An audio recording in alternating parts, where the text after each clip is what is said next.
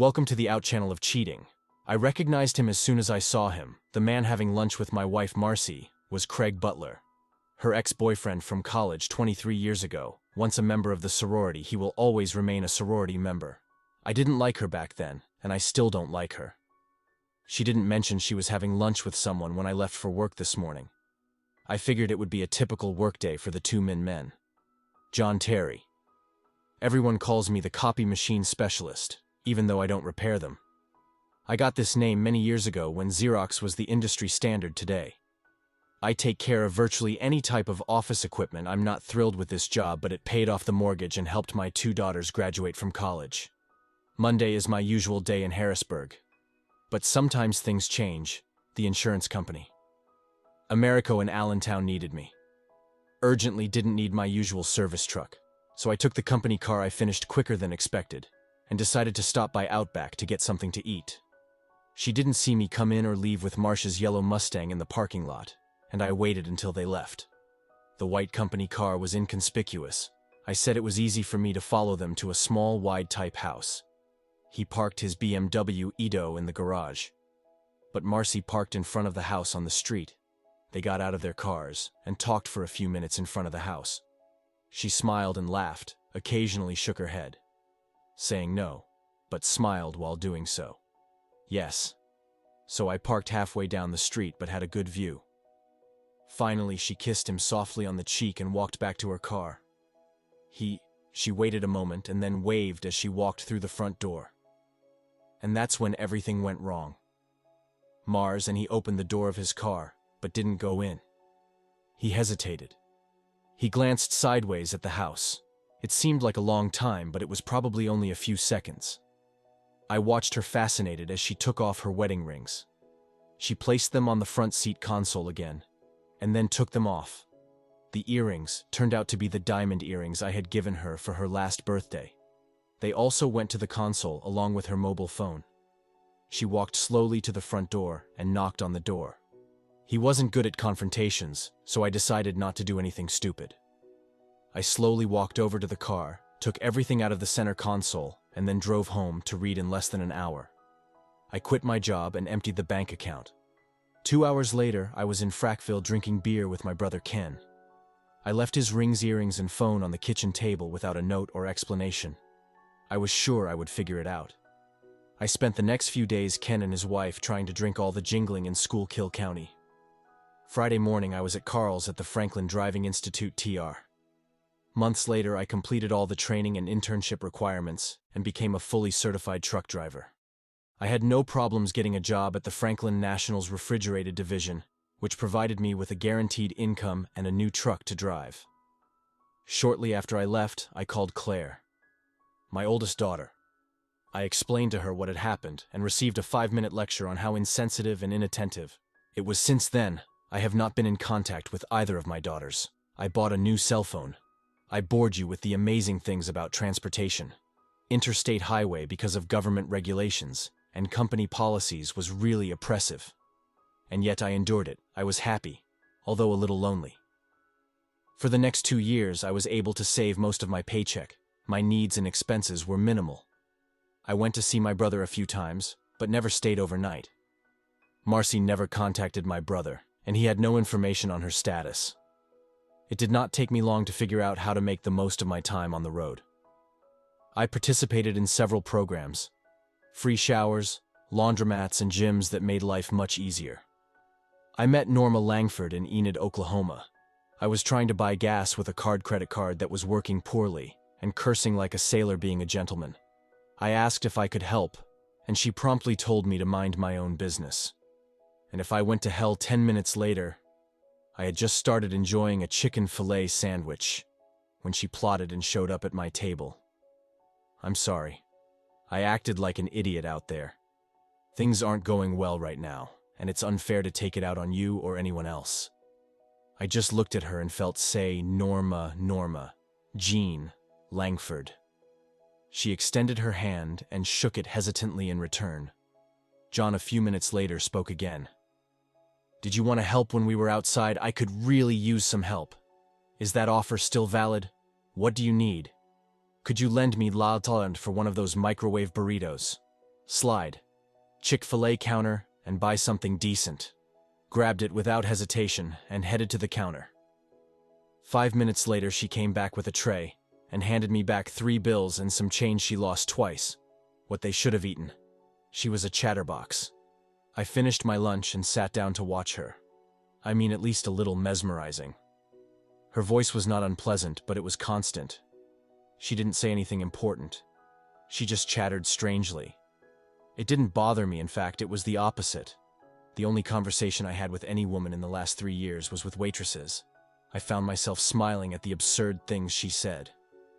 When she finished, she took her tray with mine and cleared the table. "So, geez, where are you headed?" "Tried it." "Oh, well, I can go with you. What's up with your car?" A quick glance showed it was still at the gas station. "I don't think that's going to work. It won't work without gas." "She won't." She answered me. I finally got up and walked to my truck. Norma Jean followed me as if I had agreed to her request. I opened the passenger door, and she jumped out. She had no clothes or personal belongings. I have no idea what happened to the car abandoned. No, I can't explain it. But later that day, we went to a mall and I bought her some things. Sean's, blouses, underwear, and comfortable shoes. It was nice to have someone to talk to. I mean, listen. Norma. Jean. We never had sex, and we were never close from the beginning. It was a platonic relationship. And she just told me that her husband had died, and she didn't go into details, that she had no children and her parents were retired in Florida. I told her about my situation with Marciella. She seemed really interested in Norma Jor while I was driving. And while I was sleeping, she did laundry and bussed the truck stops and gas runs, covered her showers and occasional workouts at the gym as well as mine. It was a little awkward at first, but quickly became routine a few times. Norma Gyno asked me why I hadn't tried to have sex with her. I had no good answer, so I simply told her I thought of her as a sister. She didn't push the issue. Everything was fine for about 9 months. The only problem that arose was her flat-out refusal to enter the state of Pennsylvania on 2 different occasions. I had to leave her in Hagerstown and pick her up later, and then it was all over. I got a message from the Interior Department that seemed a little sinister. Come back ASAP to meet with the Pennsylvania State Police and a representative from the National Transportation Safety Board. Norman Jean was not with. He didn't talk to me for the last hours before I dropped her off at a location in Hagerstown. I promised to pick her up the next day. "Mr. Terrell, I'm Detective Nanha with the Pennsylvania State Police, and this is Bill Fritz from NSB. Like, I'm supposed to know what that was. We were in one of the offices at Franklin headquarters.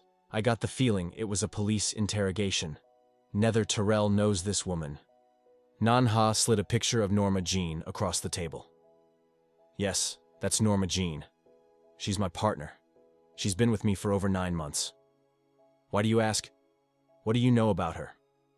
"Only what she told me. She was married, but her husband died. She has no children, and her parents live in Florida. She talks a lot, but doesn't reveal much, if you know what I mean." "Anything unusual, have you noticed?" "Yes, I have. She doesn't like mayonnaise, hates country and Western music. She loves butter pecan ice cream." We're referring to the personality Bill Fitz tried to intervene. "Well, she refuses to enter the state of Pennsylvania. Whenever I have a job that requires me to go to or through Pennsylvania, asks me to drop her off somewhere, I'll pick her up later. Is that..." "What exactly do you mean? Could any of you gentlemen explain to me what I'm doing here is exactly what you're trying to accomplish?" "Norma Jean, she's a good friend of mine, and I don't want to do the ridiculous. Especially when I don't know why." Fitz leaned closer and asked, "Where is she now?" "I don't know. The hand loves in Hagerstown." It left immediately from the room. Nanha brought me a cup of coffee. "Norma is suspected of murdering 6 people. 5 of them were truck drivers. The first was her husband. We are mystified. Why are you still alive?" "That's nonsense, it's a fact." Snur Terrell took some time to connect all the dots. "But that's what happened. All 6 died right after having sex with Norma, and FBI Crime Lab was able to gather and compare data from several hundred possible crime scenes. 6 of them matched Norma. It was the common factor. But I'm still alive, right? And there haven't been any deaths in the last 9 months. Besides the fact that you never had sex with her, we don't know why he stopped killing, how he killed them. It seems like he gave them sleeping pills or some sedative, and then put a plastic bag over their heads. He even left the bags with his fingerprints on them all. 6 if you can it been more than 6, but that's all we know at this time. Fitz came back to the room. She left. She was caught on surveillance cameras earlier today, but she's not there. Aha, how did you know she was with me? We spent hundreds and hundreds of hours going through surveillance footage from service centers. Almost every picture we found, you were there. Of course, it took some time to identify who you were. We were worried that you might be involved with her, and now, what you have, Claro.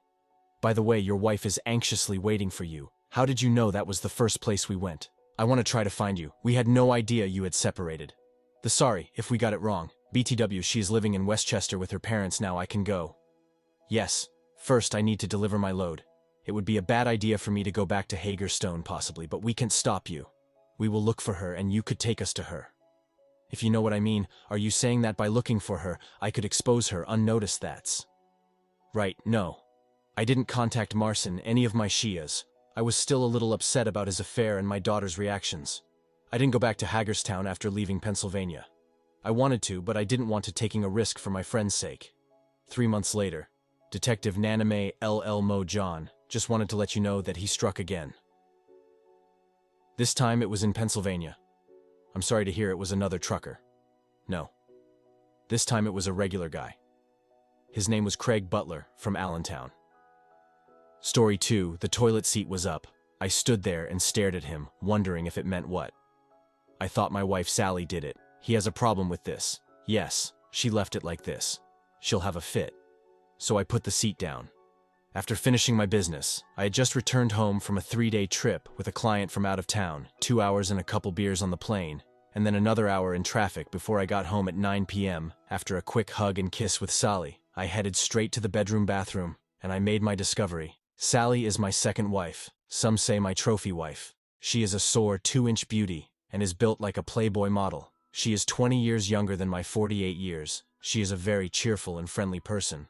I divorced my first wife because I found out she was cheating on me, probably. My story naturally makes me suspicious too. Being a lawyer, I can see some of the F-sides of people. I have had no other reasons to suspect Salim cheating. Our sex life was good, or at least that I thought, and I never noticed any change in his attitude towards me.